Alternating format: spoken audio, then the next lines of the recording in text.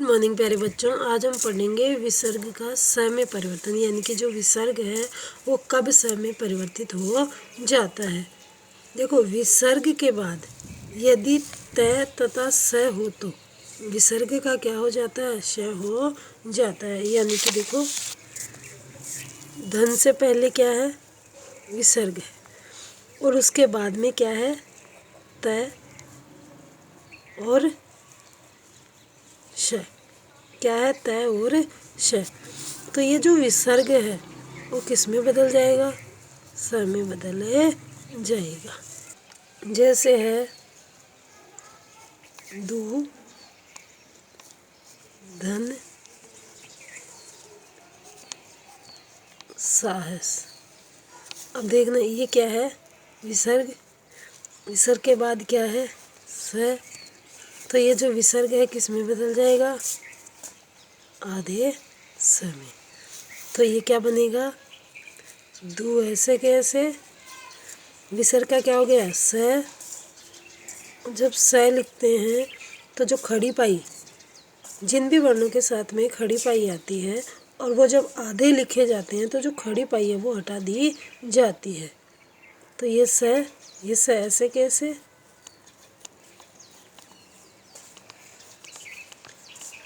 दुस्साहस।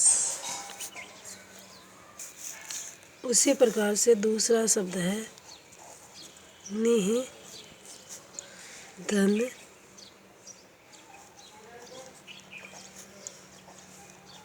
संतान। अब देखो, यहाँ पे क्या है, विसर्ग। विसर्ग के बाद में क्या है, स। तो विसर्ग किस में बदल जाएगा, स में। तो ये क्या होगा, नी ऐसे कैसे, विसर्ग की जगह क्या आ गया, आधा स, और फिर ये पूरा स।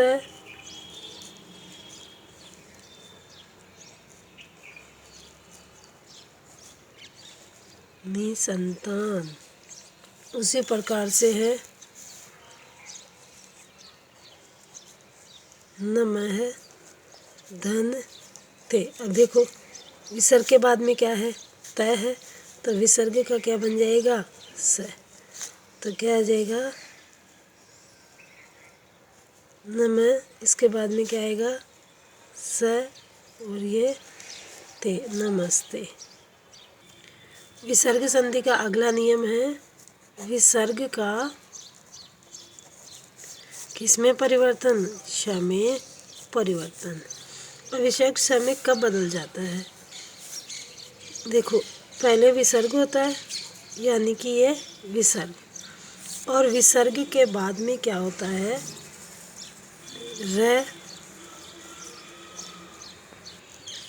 र उ तथा क, ख, ट, ठ,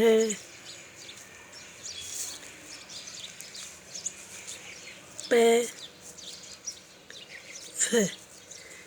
ये हो तो इनमें से कोई सा भी वर्ण हो सकता है, कोई सा भी वर्ण हो तो ये जो विसर्ग है, ये जो विसर्ग है, ये किस में बदल जाएगा, श में बदल जाता है। जैसे नी धन पाप। अब देखो, विसर्ग है, विसर्ग के बाद में क्या है, प है, तो विसर्ग किस में बदल जाएगा, श में। तो क्या होगा, नी ऐसे कैसे, विसर्ग के स्थान पर श, और ये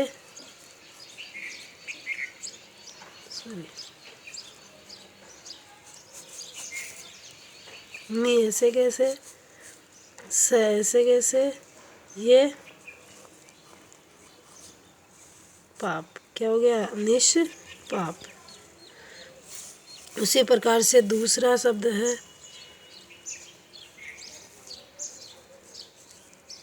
दुष्कर। अब देखना, यहाँ पे दू है, दू को हमने क्या किया, अलग किया। श कब बनता है, जब विसर्ग के बाद में, विसर्ग है यहाँ पे, समझ लो ये है दू, और उसके बाद में क्या है, विसर्ग है, और विसर्ग के बाद में क्या है, कै, खे, टे, ठे, पे, फे या फिर रे और उ ये हो तो ये जो विसर्ग है वो किस में बदल जाता है? श में बदल जाएगा। अब देखना यहाँ पे दू है, दू के बाद में विसर्ग की जगह क्या है?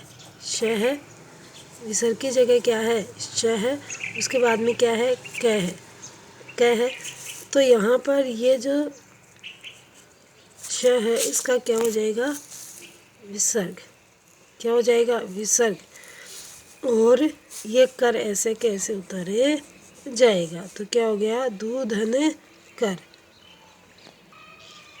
जैसे है नि धन काम। विसर्ग के बाद में क्या है? क है। तो ये विसर्ग किस में बदल जाएगा? श में। तो ये क्या होगा? निष्काम। उसी प्रकार से है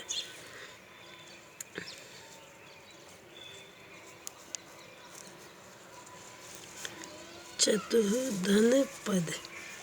तो यहाँ पे च, तो ऐसे कैसे विसर्ग क्या आ जाएगा इसमें?